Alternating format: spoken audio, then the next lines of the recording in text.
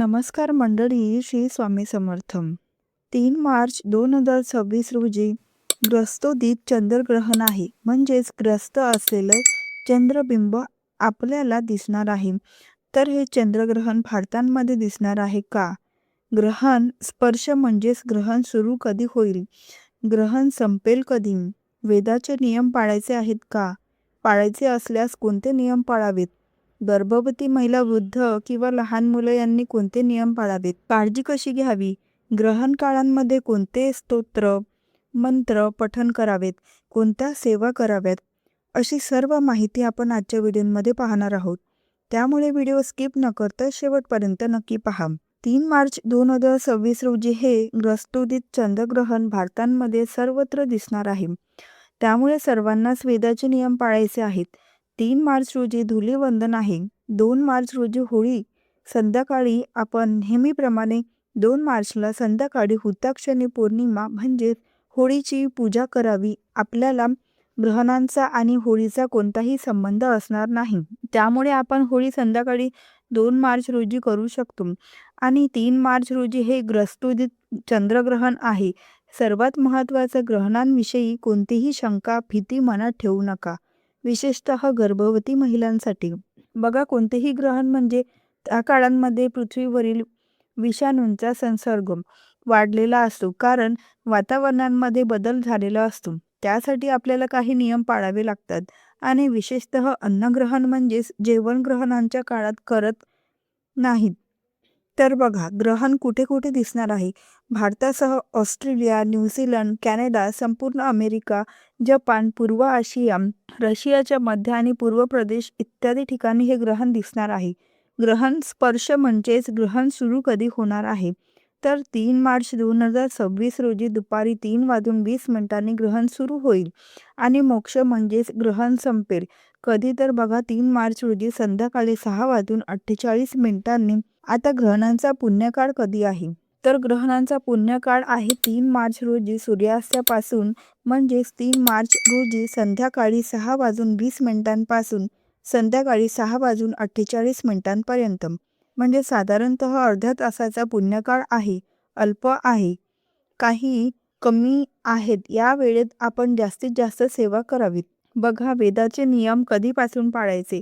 तर वेदाचे नियम आपल्याला पाळायचे आहेत 3 मार्च रोजी सकाळी 3 मार्च रोजी सकाळी म्हणजे सूर्योदयापासून संध्याकाळी ग्रहण संपेपर्यंत 6:48 गर्भवती महिला, वृद्ध किंवा आजारी माणसं असतील, लहान मुलं असतील, यांच्यासाठी वेदाचे नियम थोडे शिथिल केले आहेत. त्यांनी सकाळपासून म्हणजे सूर्योदयापासून नियम पाळायची गरज नाही. त्यांनी सकाळी 11 वाजेपासून संध्याकाळी 6:48 ग्रहण संपेपर्यंत नियम पाळावेत. वेद काळांमध्ये काय करावं? तर आपण पाणी पिऊ शकता. मलमूत्र उत्सर्जन म्हणजेच लघवीला किंवा शरीर धर्म असतो आपण जाऊ शकता. झोपू शकता. ज्यांना ज्यांना शक्य होईल त्यांनी या काळात जेवण करू नका. गर्भवती महिलांच्या बाबतीत आपण सकाळी 11 वाजेपासून संध्याकाळी साधारणतः 6:45 वाजेपर्यंत नियम पाळायचे आहेत. मग आपण काय करावे? सकाळी 11 वाजेच्या आत जेवण करून घ्या आणि नंतर या वेदाच्या काळात म्हणजेच 11 वाजेपासून संध्याकाळी 6:45 वाजेपर्यंत जेवण जेवढं जमलं तेवढं आपण कंट्रोल करावं. पाणी पिलं तर चालेल. मूत्र विसर्जनासाठी आपण गेलं तर नक्की चालेल. आणि ज्यांना अगदी अशक्य असेल, डिहायड्रेशन होत असेल, अशक्तपणा असेल, आजारी असतील, गर्भवती स्त्रिया किंवा वृद्ध माणूस, आजारी माणसं, आपण कुठल्याही प्रकारचे नियम पाळू नका. आपली गोळ्या औषधं वेळेवर घ्या. नेहमीप्रमाणे घ्या. मनांमध्ये शंका भीती न ठेवता जेवढं शक्य होईल तेवढं ग्रहणांचे नियम आपण पाळावेत. ग्रहण काळांमध्ये जप करावा. देवपूजा आपण करू शकता. स्नान आपण सकाळी ग्रहण लागलं म्हणजे सूर्योदयाच्या वेळेस आपण नेहमीप्रमाणे स्नान करून घ्यावं. आणि ज्यांना जमेल ग्रहण संपल्यानंतर देखील आपण संध्याकाळी 6:45 वाजेनंतर स्नान करावं. ज्यांना नियम पाळणं अगदी अशक्य असेल त्यांनी ग्रहणांचा जो पुण्यकाळ आहे, पुण्यकाळ अत्यल्प आहे, फक्त अर्ध्या तासांचा आहे. 3 मार्च रोजी संध्याकाळी 6:20 संध्याकाळी 6:48 हा 30 मिनिटांचा जो काळ आहे, या दरम्यान आपणास शक्य होईल तेवढे नियम पाळावेत.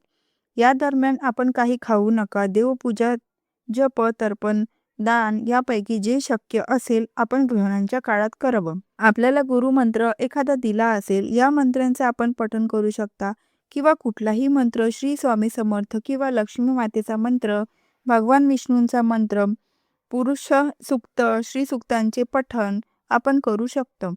ग्रहण काळांमध्ये केलेली आध्यात्मिक सेवा अत्यंत प्रभावी असते. मंत्र उजळून निघतात. त्यामुळे ज्यांना ज्यांना शक्य होईल या ग्रहण काळांमध्ये सुवर्ण संधी समजून उपयोग करा. जास्तीत जास्त आध्यात्मिक सेवा करा, ज्यामुळे आपल्याला सकारात्मक ऊर्जा प्राप्त होईल, आपलं मन पॉझिटिव्ह होईल. तसेच ग्रहण काळात ईश्वराचं नामस्मरण करा, शुद्ध भावना ठेवा. शक्यतो गर्भवती महिलांनी ग्रहणांच्या काळात बाहेर फिरू नये, खाऊ नये, कापू नये, मळू नये. बरंच काय काय आहे, तेवढं जमेल तेवढा प्रयत्न करा. अख्खा दिवस करण्यापेक्षा ग्रहण स्पर्शापासून मोक्षापर्यंत जरी पाळलं तरी चालण्यासारखं आहे.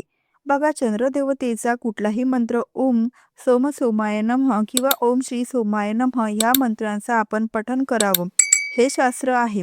शास्त्राला काहीतरी आधार असतो. उघड्या डोळ्यांनी ग्रहण बघू नका. 3 मार्च रोजी सूर्योदयापासूनच दूध असेल किंवा खाद्यपदार्थ असतील घरातील त्यावरती तुळशी पत्र ठेवावं. होळीची पूजा 2 मार्च रोजी संध्याकाळी करावी. तर अशा पद्धतीनं कुठलीही शंका, भीती मनात न ठेवता, कुठल्याही अफवांवर विश्वास न ठेवता आपल्याला जेवढं शक्य होईल तेवढे ग्रहणांविषयीचे नियम पाळावेत.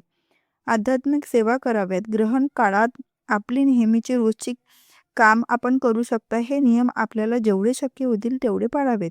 ग्रहण काळांमध्ये कोणतेही स्तोत्र, मंत्र जेवढं जास्तीत जप कराल त्याच्यात दशपट तुम्हाला पुण्य मिळेल. बरेच साधक नदींमध्ये कमरे एवढ्या पाण्यात उभे राहतात आणि उपासना करतात. जर तुम्हाला मंत्र म्हणता येत नसेल तर यूट्यूबच्या माध्यमातून बरेचसे मंत्र तुम्ही ऐकू शकता. हे मंत्र तुम्ही मोठ्या आवाजात लावा. इतकेही नको की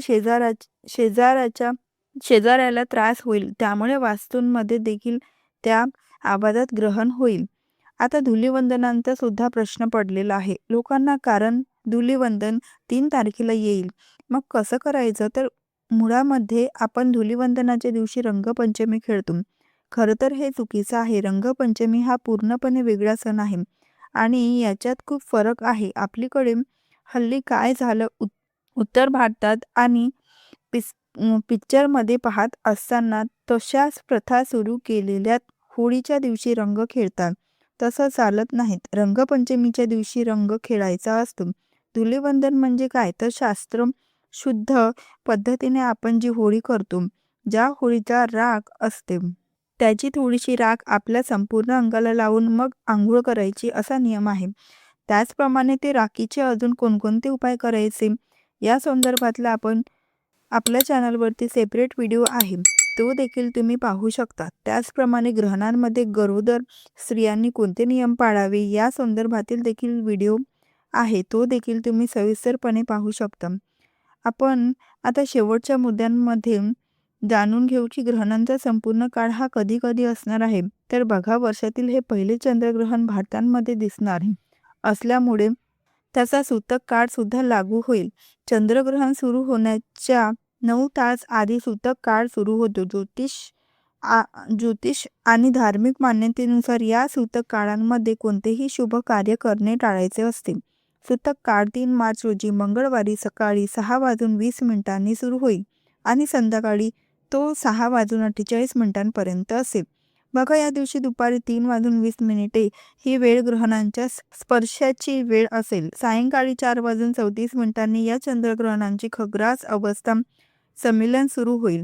या दिवशी सायंकाळी 5:04 हे ग्रहण मध्यावर येईल, म्हणजे ग्रहणांचा मध्य असेल. त्यानंतर याच दिवशी सायंकाळी 5:33 चंद्रग्रहणांची फक्त खग्रास अवस्था उन्मीलन संपेल. मात्र या चंद्रग्रहणांचा मोक्ष अर्थात संपूर्ण चंद्रग्रहण हे या दिवशी सायंकाळी 6:48 संपेल. तर आपण या व्हिडिओच्या माध्यमातून चंद्रग्रहणासंबंधित संपूर्ण माहिती जाणून घेतली. व्हिडिओ आवडला असेल तर व्हिडिओला नक्की लाईक करा, शेअर करा व चॅनलला सबस्क्राईब करायला मात्र अजिबात विसरू नका. व्हिडिओ शेवटपर्यंत पाहिल्याबद्दल अगदी मनापासून तुमची खूप खूप आभारी आहे. धन्यवाद. श्री स्वामी समर्थ. जय जय स्वामी समर्थ.